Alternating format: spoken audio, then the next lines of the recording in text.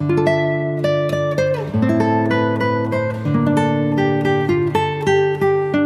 Guys, welcome back to my channel. So guys, आज मैं आपके लिए लेके आया हूँ put your head on my shoulder के एपिसोड 18 के एक्सप्लेनेशन। अगर आपने इससे पहले के एपिसोड नहीं देखे तो आप उन्हें हमारे चैनल पे जाके देख सकते हो। साथ ही में मैं उन वीडियो के लिंक नीचे डिस्क्रिप्शन में भी दे दूंगा, तो आप उन्हें भी चेकआउट कर सकते हैं। और मैं आपको रैंडम सीन हटाकर मेन स्टोरी के हिसाब से एक्सप्लेन करूंगा।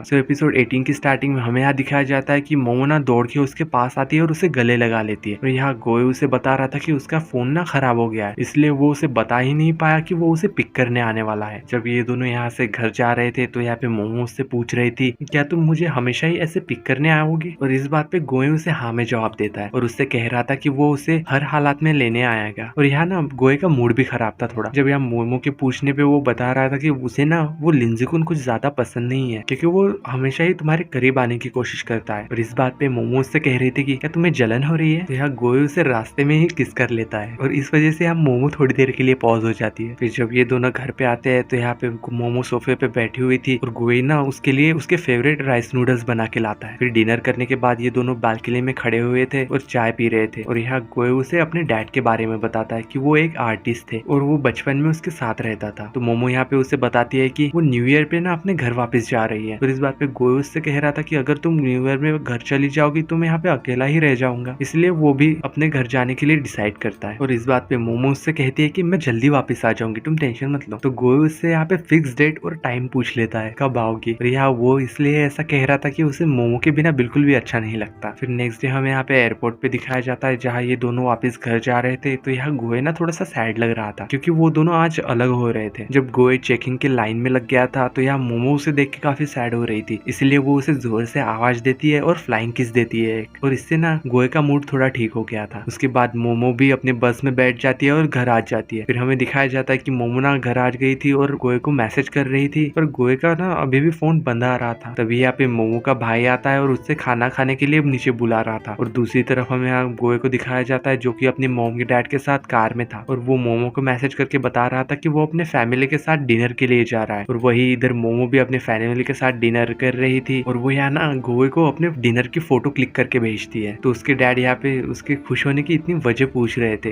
कि इतनी खुश क्यों। और इधर गोए को भी दिखाया जाता है जो कि फैमिली के साथ डिनर करने के बाद मोमो को ना वीडियो कॉल करता है। पर मोमो तो यहाँ पे उसे अपना चेहरा ही नहीं दिखा रही थी। तभी यहाँ पे उसकी मोम आ जाती है और उसे ना नहाने के लिए कह रही थी और उससे कह रही थी कि तुमने तो अपनी एक हफ्ते से पहन रखी है, चेंज तो कर लो कम से कम। तो गोए ये सब सुन के हंसने लगता है और कह रहा था कि तुम्हें झूठ नहीं कहना चाहिए। फिर हमें शाम को दिखाया जाता है जहाँ पे गोए और उसकी फैमिली फिर से डिनर कर रहे थे। तो यहाँ पे उसकी मोम ना उसके डैड के सामने मोमो का नाम ले लेती है और बता रही थी कि वो दोनों अपना घर शेयर कर रहे हैं। और जैसे ही यहाँ पे गोए के डैड को ये पता चलता है कि वो एक लड़की के साथ रह रहा है तो वो गोए पे गुस्सा हो रहे थे, क्योंकि उन्हें लग रहा था कि गोए ना इन सब चीजों की वजह से डिस्ट्रैक्ट हो जाएगा और शायद अपनी रिसर्च पे ध्यान नहीं दे पाएगा। तभी यहाँ पे गोए की मोम ना मोमो की काफी तारीफ करने लग जाती है और उनसे कह रही थी कि मोमो काफी ब्यूटीफुल है और बहुत स्मार्ट भी। और यहाँ पे तभी गोए ना उन्हें सच बता देता है कि वो दोनों ना एक दूसरे से प्यार करते हैं। ये सुन के गोए की मोम तो काफी खुश हो गई थी, लेकिन उसके डैड को शॉक लग गया था। और वही इधर दूसरी तरफ मोमो अपने फैमिली के साथ एंजॉय कर रही थी और न्यू ईयर सेलिब्रेट कर रही थी। तभी वो गोए को फोन करती है और उससे कह रही थी कि मैं काफी खुश हूँ और ये फायरवर्क्स की आवाज सुनो। जब इधर गोए अपने डैड के साथ कहीं जा रहा था कार में, तभी यहाँ पे उसे फायरवर्क्स दिखाई देती है और जिसे देख के यहाँ पे वो कहता है कि काश वो इस वक्त मोमो के साथ होता, क्योंकि वो उसे बहुत ज्यादा मिस कर रहा है। फिर टाइम ऐसे ही पास हो जाता है। फिर कुछ हफ्तों बाद हमें दिखाया जाता है कि मोमो यहाँ पे बस स्टैंड पे खड़ी हुई थी, किसी का वेट कर रही थी। तभी यहाँ पे गोए वहां आ जाता है और वो भी स्केटबोर्ड पे उसे लेने आया था। तो यहाँ पे मोमो उससे कह रही थी कि ये तो बहुत ही अजीब बात है, तुम इतनी जल्दी स्केटिंग करना कैसे सीख गए। यहाँ गोए उसका सामान लेके वापस घर आ रहे थे। घर पहुंच के यहाँ पे गोए मोमो का सामान उठाता है और कह रहा था कि सामान मैं उठा लूंगा, तुम बस मेरा हाथ पकड़े रखो। तो यहाँ मोमो ये सब देख के कह रही थी कि तुमने ये सब कहाँ सीखा। और यहाँ पे ये दोनों ना काफी दिनों बाद एक दूसरे से मिल रहे थे, इसीलिए वो यहाँ पे एक दोनों को हक कर लेते हैं। तो यहाँ गोए उससे कह रहा था कि उसने उसे बहुत ज्यादा मिस किया। फिर नेक्स्ट डे हमें यहाँ पे लैब में दिखाया जाता है। तभी यहाँ पे वही एक पुरानी स्टूडेंट आती है जहाँ पे वो गोए की ना तारीफ कर रही थी, जिसे सुन के यहाँ पे जाओली को थोड़ा बुरा लगता है। जब यहाँ पे ये दोनों बात कर रहे थे कि उन्हें हार्वर्ड यूनिवर्सिटी किसे ले जाना चाहिए, तो यहाँ ये लड़की कहती है कि गोए इसके लिए परफेक्ट है। फिर जब यहाँ गोए लैब में जाता है तो उसके पीछे सीनियर भी आ जाती है। गोए यहाँ पे ना एक गैजेट लेने आया। तभी यहाँ पे जाओली भी आ जाता है और उससे मोमो के बारे में पूछ रहा था, पर गोए ना उसे उसके बारे में कुछ भी नहीं बताता और और वहाँ से चला जाता है। जब हमें नेक्स्ट सीन में अपने घर पे दिखाया जाता है जहाँ मोमो देख रही थी कि सभी लाइट्स बंद है और यहाँ पे गोए ना मोमो को अपना बनाया हुआ गैजेट दिखा रहा था जिससे मोमो ना अंधेरे में भी लाइट जला सके। तो यहाँ मोमो ना उस गैजेट को देख के उसकी काफी तारीफ कर रही थी और गोए कह रहा था कि वो ना इसे और भी ज्यादा अपडेट करेगा। फिर बाद में जब मोमो अपने कमरे में चली गई थी तो वो काफी देर तक अपने कमरे में ही रहती है। तो यहाँ गोए ना उसे मैसेज करके हेल्प करने के लिए बुला रहा था। जब यहाँ वो उसके कमरे में आती है तो उससे कह रहा था कि तुम मेरे कमरे में भी बैठ के वेट करो और काम खत्म होने के बाद मैं तुम्हें बता दूंगा। इसलिए यहाँ पे मोमो वहीं पे बैठ जाती है बेड पे और अपना फोन चलाने लगती है और थोड़ी देर बाद वो वहीं पे सो जाती है। जब यहाँ गोए का काम खत्म हो चुका था तो वो देखता है कि मोमो तो उसके बेड पे ही सो गई है और वो यहाँ पे उसे उठाने के लिए सिर्फ एक ही बार आवाज दिखाता है और उससे कह रहा था कि मैंने तुम्हें आवाज दे दी है। तभी हमें यहाँ पे एक फ्लैशबैक दिखाया जाता है जहाँ हमें दिखाया जाता है कि गोए ने ना स्केटबोर्ड सीखने के लिए बहुत प्रैक्टिस की थी ताकि वो मोमो को इम्प्रेस कर सके और इसी सीन के साथ एपिसोड 18 की एंडिंग होती है।